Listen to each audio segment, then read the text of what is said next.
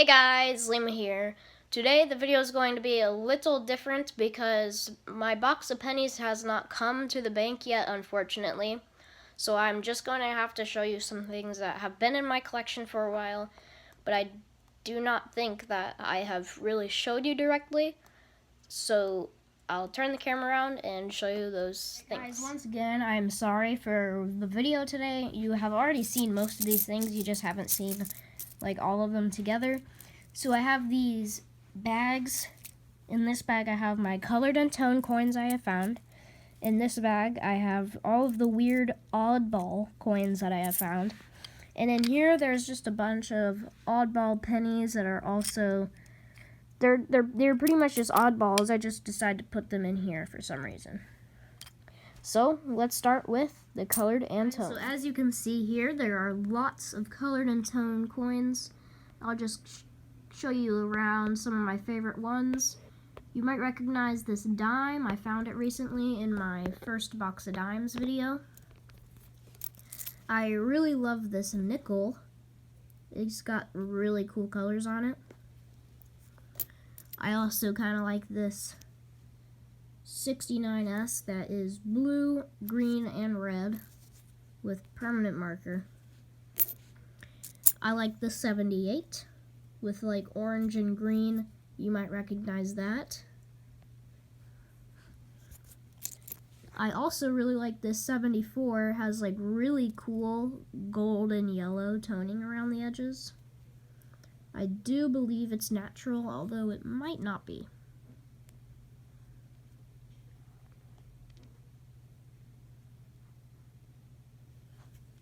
Guys, so in my hand here I have a couple of my other favorite ones. There's this quarter. You also might recognize it. It has some really nice blue and purple toning. There's this penny that is just straight up greenish yellow. There's this really cool penny that has lots of interesting colors. I definitely don't think it's natural, but still really cool. There's a zinc penny with a bunch of crazy yellows, weird purples, reds, blues, so many colors. I know that you might recognize this dime. It's really hard to see in the light right here, but I'll show you my little scope thing. You might be able to see some of the green and purple, so all those colors right there.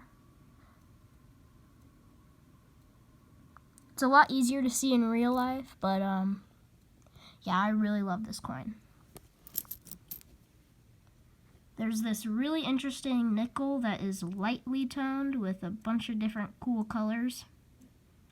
It seems that my favorite ones always have purple and blue in it, but like this is super cool.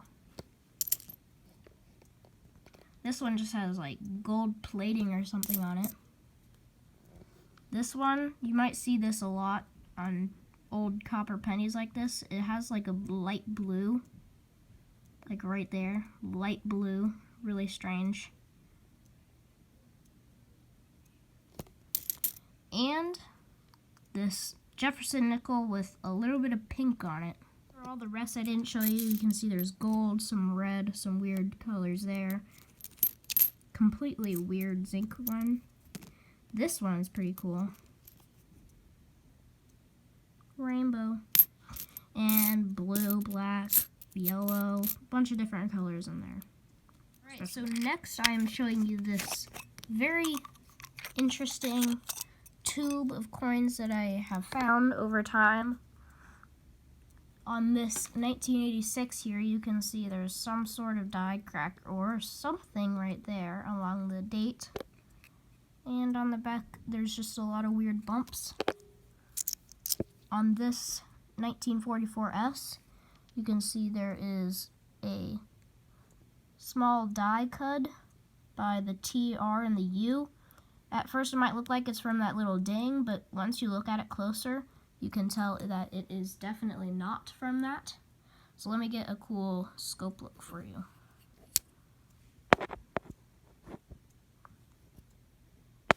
So you can probably tell that the extra metal there isn't from the ding. So yeah. There's also 2000 with that same sort of weird die crack thing. Another 1986 with that weird die crack thing. A 1995, maybe it's on the back. Or, no, I see it. This weird die crack thing going along through his shoulder. There's a 1964 with what looks like it could be a clipped planchet error, but I don't think it is. Maybe a failed jewelry project. 1992 with a weird die crack thing right there. And in 1984 with that strange die crack thing. So yeah, lots of really weird coins. That's what I mean by oddball. They're not, I don't think they're actually errors or die cracks, but they are just weird die planchet weird things. That's exactly why I call them oddballs. I have no idea what they are, so maybe you can give me a comment. Alright guys, so this bag also has more oddballs, except it has more denominations. So you might recognize this $50. A lot of times you see this $50 as gold plated. There will be a 1960 to 1980 stamped right there. Except I believe that this one is silver plated. You can't really see it well on camera, but the side definitely doesn't look very coppery. It looks like it could be a 40%er from the side.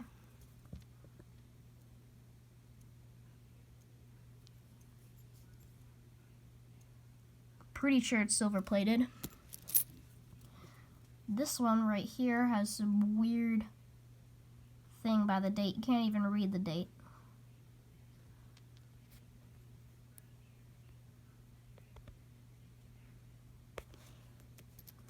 This was found in a Coinstar. It's a dime. It's smaller than all the other dimes. And the rim is looking really strange. Kind of like a train track wheel. Or a train wheel, not train track wheel. It's not silver, it's from 1969. So in this 1969 D, you can really tell that that D is super, super, super tiny. This is the end of my pencil and you can barely see it. It's such a weak strike. Like, you can't even see it in person. Like, I'm standing over it and I think I must have looked at it with my loop to figure out that there was a D there. This one, kind of obvious why I put it in the oddball bag. Sanded down completely. Pretty sure it's in 1964. Completely normal on the back. This 2013 looks normal, but it says 15 on it. Oh my gosh. Now this one looks like it must have been in acid or maybe on the road for a while. Believe it's a 1976.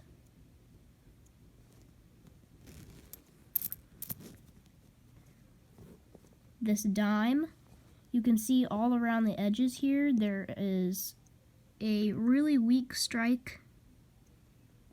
Interesting, can't really read it. And then on the front, oh my gosh, it says 200. 200, that's an old dime. But the grease filled the 4. And you, at least I think it's a 4, and you can't read it. Now you have seen this quarter, but now you're seeing it up close. This was from my last video.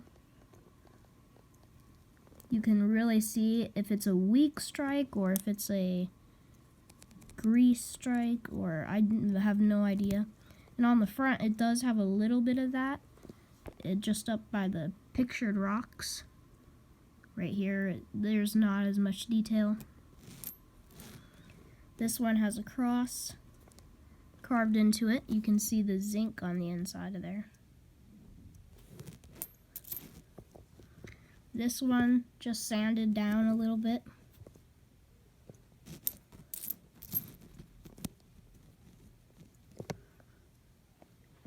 This 1964, I have honestly no idea what's wrong with it.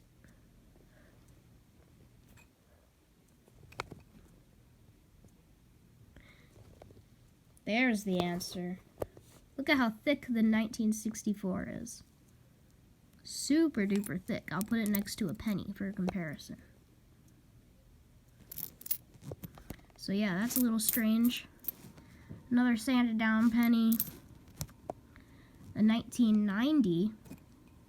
At least I think it's a 1990, where the last digit is barely visible and there's a bunch of weird bumps all over the surface.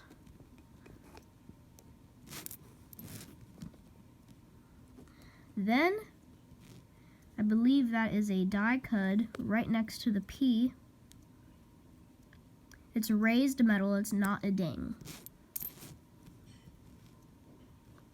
Then that one's kind of just weird, oddball. That one has a triangle in it.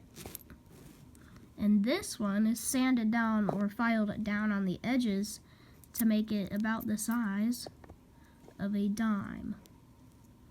I bet maybe someone did that so that they could fit it inside a dime roll. They're cheating. Then there's another quarter. This is the spoon coin. It has no reeds on the edge. Alright you guys, so I really hope you enjoyed the video. It's a very different from a usual video that I would do because there really wasn't a lot of pre-planning for this one. It was all planned like 4 minutes ago. And it definitely isn't as good as some of my previous videos. And I really wish I could have gotten my box of pennies sooner to make a video about that.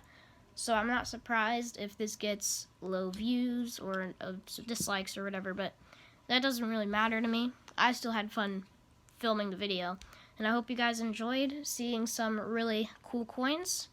At least I think they're really cool, and I'll see you guys in the penny hunt. Peace.